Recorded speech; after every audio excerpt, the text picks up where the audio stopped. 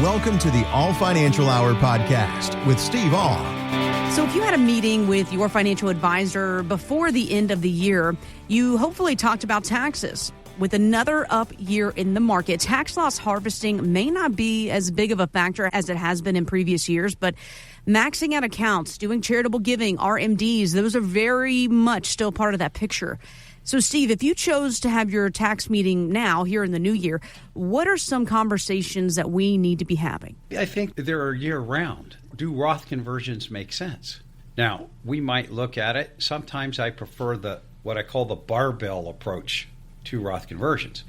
If we've done the analysis and we think we want to convert, I'm just going to throw a number out in the sky. Let's just go $80,000. We're going to convert. We could possibly do 40 now at the beginning of the year and do 40 at the end of the year. And a lot of people say, well, Steve, the money doesn't get to work for the whole year. I said, well, yeah, it does. It's which account is it working in?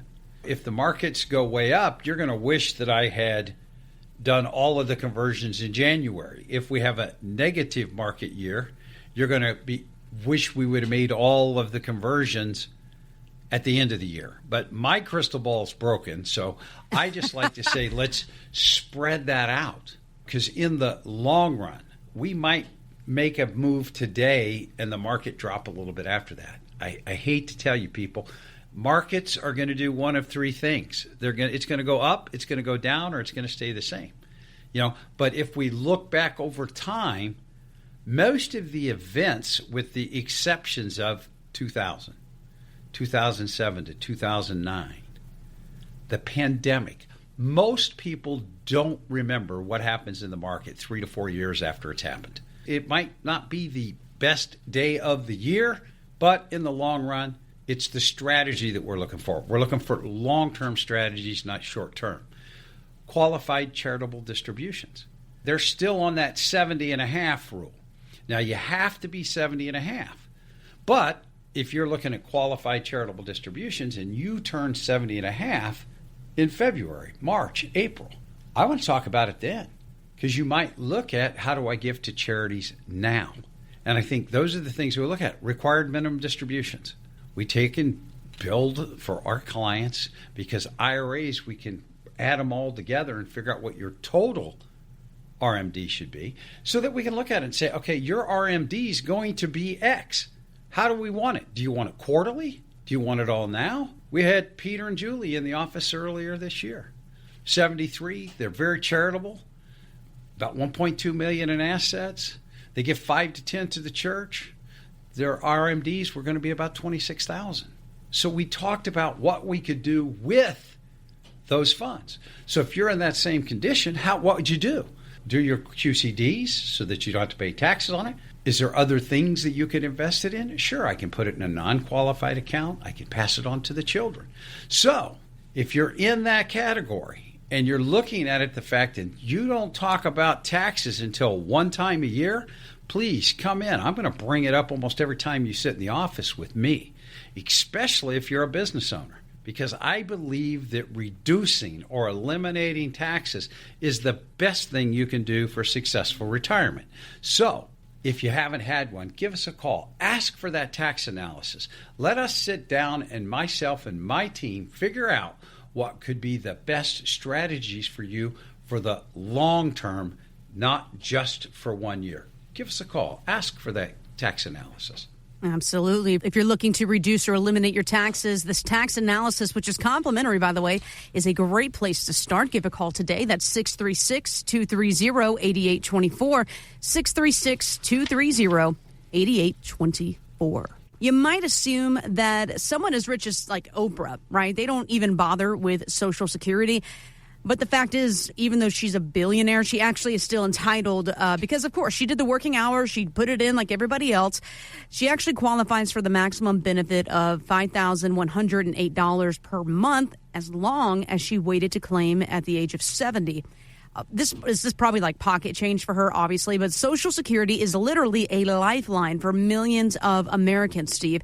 Social Security, we know, is designed to cover about 40% of income. But I want to know, is there a strategy that mimics Social Security that can help fill the income gap? I mean, that's 60%. What's that? Okay, so let's look at it in two different parts here. Let's look at that Social Security, because optimizing Social Security is the best thing that you can do.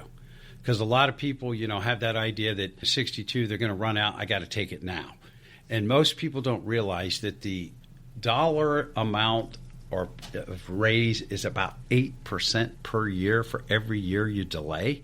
Mm-hmm. So that means if I started at 62 or I waited till 70, that's a 77% increase in the value of that monthly check.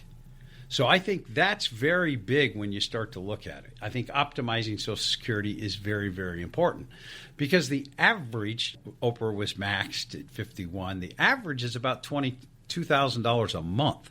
Mm-hmm. So there's a big difference between those things.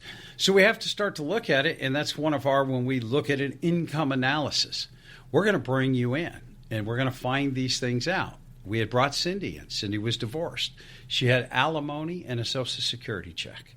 So we looked at it, and we added up what her alimony was plus her Social Security. And for her lifestyle, she was going to have about a $2,000 to $2,500 gap. So if you do that same analysis and you look at it and say, it's only going to cover, as you put, 40%, 60%, what am I going to do to get that other money? Mm-hmm. Well, that's when we sat down with Cindy and we looked at the options. 1, just take it out of the 4% rule. 2, build a bond ladder. 3, we could buy an indexed annuity with an income rider attached to it for that guaranteed lifetime income. So if you're in that same situation, how much money would you have to set aside so you would have that guaranteed lifetime income? An income that once you turn it on, it's going to pay for the rest of your life. What we like to call that is a personally funded pension, because that's what you're doing.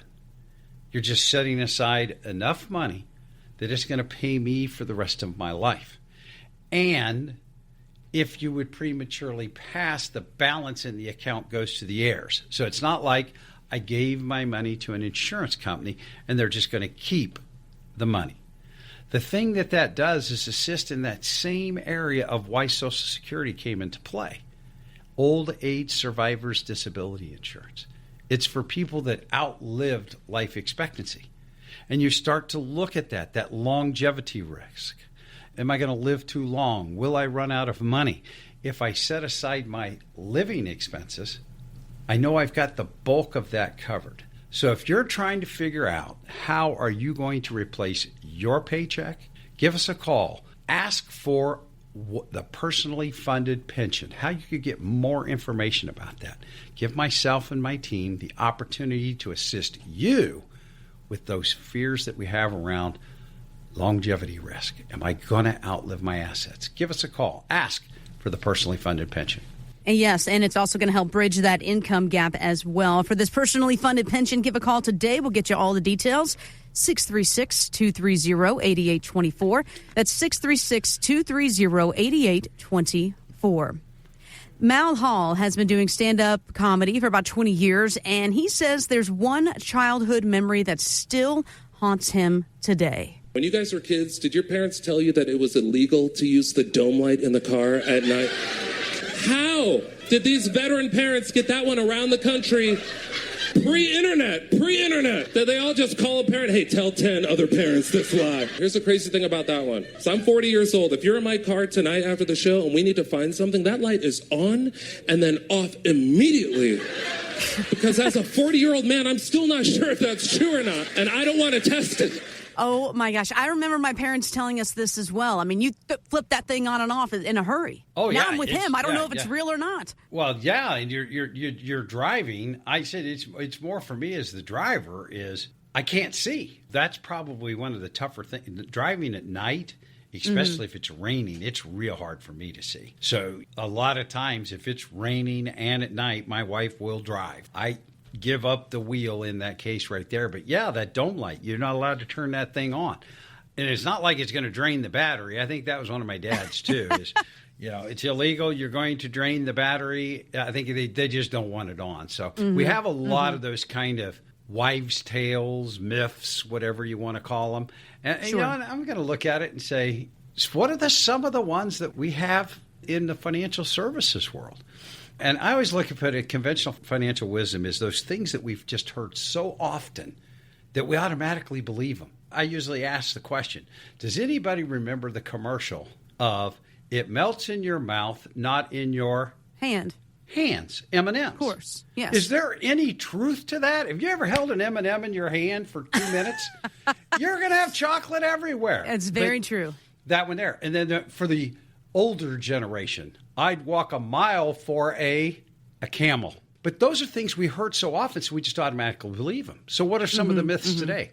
I talked about it a minute ago. Social Security is going to go bankrupt. Take it now. Now, they might not be able to pay all the benefits if they don't do something different. My experience through my lifetime, Congress waits till the very last minute to fix anything. So I believe they will fix it. I believe that it might be means tested. I believe that they might raise the limits up higher. But those people that are in that $1,500, if the average check is around $2,000, those people that are at $800-900 can't afford a 25% decrease. The other one, well, your health care costs are only going to cost you about $100,000 in retirement. Well, that's possibly your Medicare side of it. Just don't get sick. Do we have a supplement?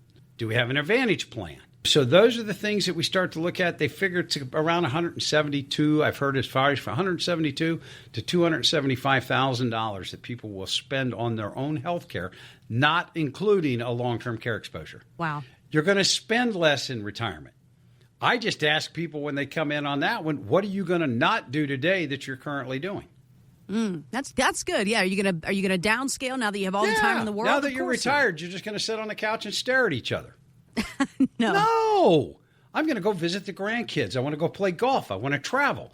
As I usually like to say, the first 3 years in retirement can be the most expensive, and the last 3 years. The first 3, every day is Saturday. What are we going to do? The last 3 is usually we pick up some health care. So we go from there. And then that 4% rule. Just take 4% out, you'll be fine. It works about 85% of the time. I like to fly back and forth to see my wife. I don't want to drive that far. I don't think I'd get on an airplane if they said, oh, Steve, by the way, you got an 85% chance of landing in Fort Myers this afternoon. Yeah, it wouldn't be good there. Yeah. I wouldn't get on that airplane.